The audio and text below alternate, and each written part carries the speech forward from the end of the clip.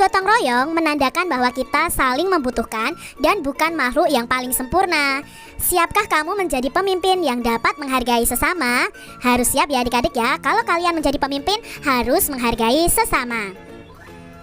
Bacalah teks pidato berikut ini, kemudian lakukan perintah dari teks yang ada di bawahnya.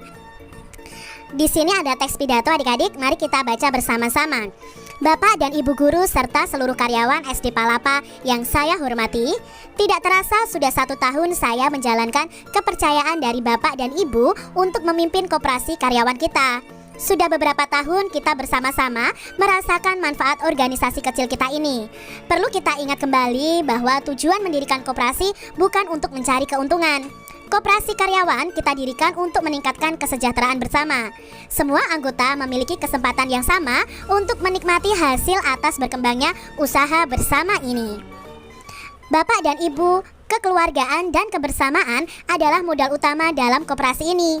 Peduli terhadapnya jalannya usaha koperasi menjadi kewajiban tiap anggota, bukan hanya tugas ketua atau pengurus. Semua memperoleh kesempatan untuk belajar. Secara mandiri, kita menetapkan jenis usaha koperasi dan menjalankannya. Pengurus yang melaksanakannya, anggota yang mengawasi dan memberi masukan. Keuntungan pribadi tidak diutamakan. Justru melalui koperasi, kita mengasah kepedulian terhadap kebutuhan anggota lain. Sudah 5 tahun berjalan, semua keputusan kita tetapkan bersama secara musyawarah. Begitupun dengan keuntungan koperasi di tahun ini. Apakah keuntungan tersebut akan dibagikan kepada anggota atau akan dimasukkan kembali sebagai penambah modal, akan kita diskusikan dalam rapat besar hari ini. Bapak dan Ibu, rapat besar koperasi tidak hanya untuk anggota, namun terbuka untuk semua. Justru saya ingin semua keluarga besar SD Palapa menyaksikan proses musyawarah ini. Saya ingin semua menyaksikan bahwa banyak hal yang dapat dipelajari melalui koperasi karyawan. Saya ingin semua merasakan bahwa kesejahteraan bersama dapat diwujudkan melalui kepedulian, kekeluargaan, serta kebersamaan. Bapak dan Ibu, saya tentu berharap anggota koperasi terus bertambah. Semoga saja suatu saat nanti keluarga besar SD Palapa lengkap ada di dalamnya. Tak perlu risau memperhitungkan keuntungan pribadi, tetapi ayo kita berusaha mewujudkan kesejahteraan bersama melalui koperasi.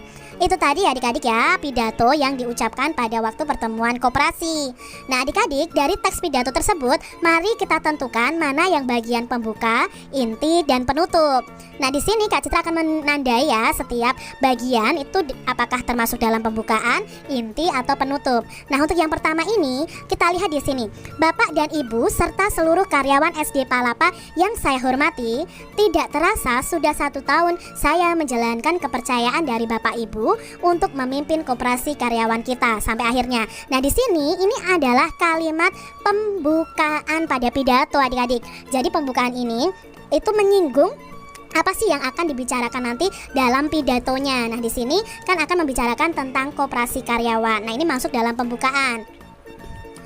Lalu berikutnya adik-adik, ini adalah bagian inti karena di sini menerangkan ya dari modal utama dalam koperasi ya, jadi keuntungan dalam koperasi, dan selanjutnya ini termasuk dalam inti pidato. Dan bagian yang ini adik-adik ini masih dalam bagian inti pidato karena inti pidatonya masih menjelaskan tentang koperasi karyawan. Nah, sedangkan yang di terakhir ini kan berisi ajakan dan harapan. Berarti di sini adalah penutup pidato. Nah harapannya mana ini? Semoga saja suatu saat nanti keluarga besar SD Palapa lengkap ada di dalamnya. Lalu di sini ada himbauan juga, jangan memperhitungkan keuntungan pribadi. Di sini adik-adik ya, ini adalah bagian penutup pidato. Adik-adik, kalian bisa merancang teks pidato. Kalian dapat menggunakan teks tentang sejahtera bersama koperasi yang telah kalian baca sebagai ide. Nah, kalian bisa ya merancang teks pidato karena kalian sudah mengetahui unsur-unsur pidato. Misalnya nih adik-adik, kan unsur pidato itu ada buat topik dulu, lalu salam pembuka, lalu ada pendahuluannya. Nah, di sini Kak Citra, topiknya adalah bermusyawarah untuk kepentingan bersama. Salam pembukanya seperti ini. Assalamualaikum warahmatullahi wabarakatuh. Yang terhormat Bapak Ibu guru yang saya hormati, juga teman-teman yang saya cintai. Pada kesempatan ini saya akan menyampaikan pidato dengan topik bermusyawarah untuk kepentingan bersama. Itu salam pembukanya, berarti memberi salam kepada hadirin atau undangan.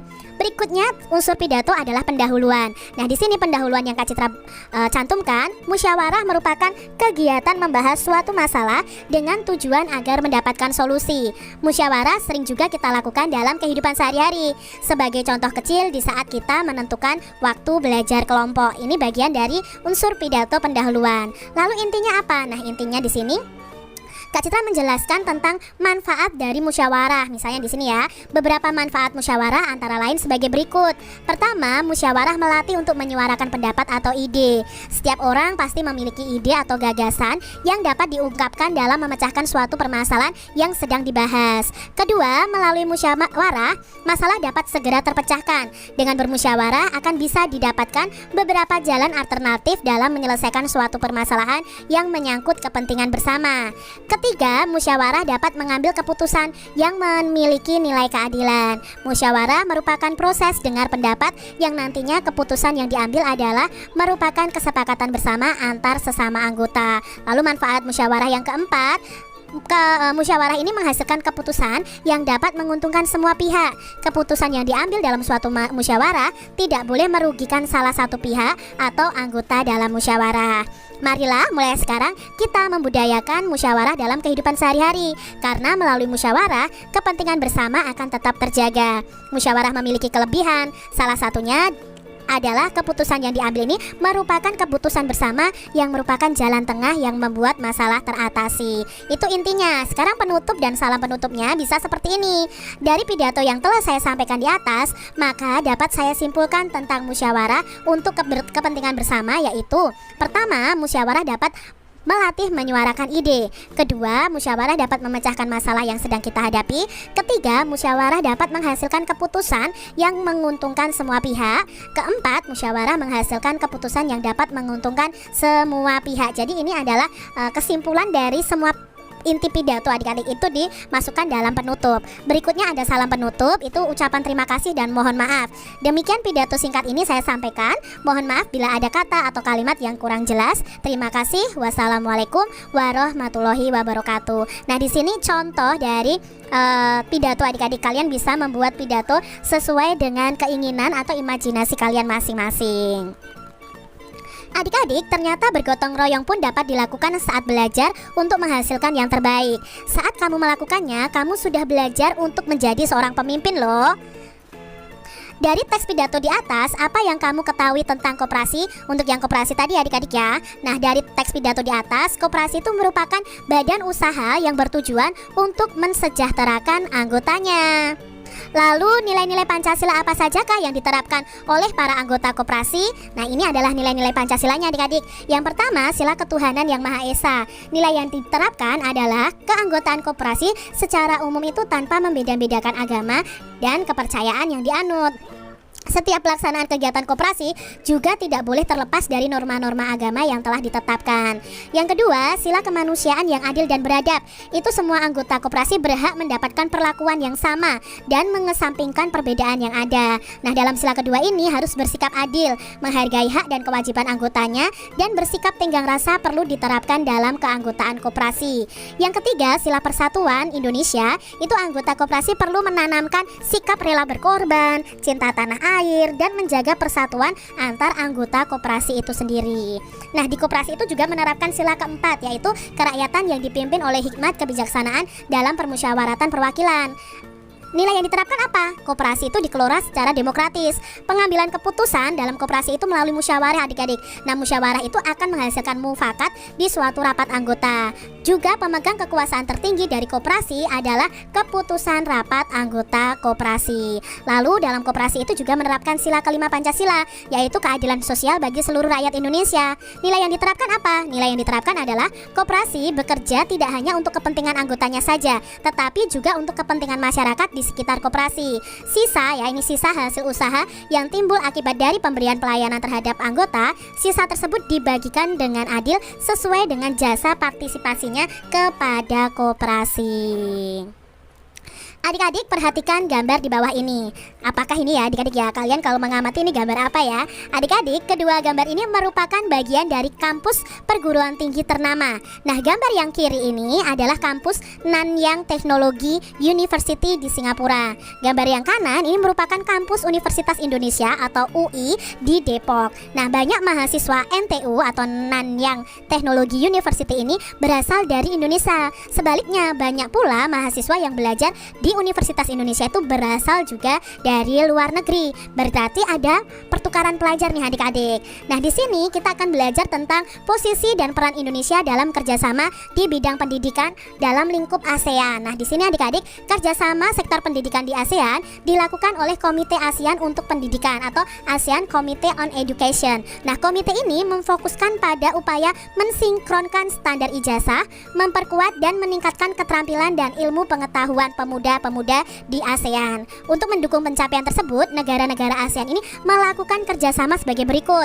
Yang pertama, mendorong hubungan kerjasama di bidang pendidikan dan pelatihan di berbagai tingkat pendidikan. Yang kedua, mendorong organisasi dan sekolah di tiap-tiap negara mencari mitra kerjasama di kawasan Asia Tenggaranya. Lalu yang ketiga, mengikuti pertukaran pelajar tadi adik-adik atau mahasiswa untuk meningkatkan kualitas sumber daya manusia. Mengadakan lokakarya atau mengundang dosen untuk memberikan kuliah di universitas negara lain. Lalu ada menjalin kerjasama di bidang akademis dengan negara-negara di kawasan Asia Tenggara. Itu tadi adik-adik ya, peran pendidikan di ASEAN ya. Walaupun berbeda negara, kita bisa bertukar pelajar. Untuk pelajar Indonesia bisa belajar di Singapura, pelajar dari Singapura bisa belajar di Indonesia. Itu terjadi pertukaran pelajar atau mahasiswa. Jadi semakin banyak orang yang bisa belajar dari bangsa kita atau dari bangsa lain. Nah, saat memimpin terkadang kita banyak menemui perbedaan pendapat. Namun perbedaan pendapat itu dapat diselesaikan dengan musyawarah. Bukankah musyawarah adalah bagian dari nilai-nilai kepemimpinan?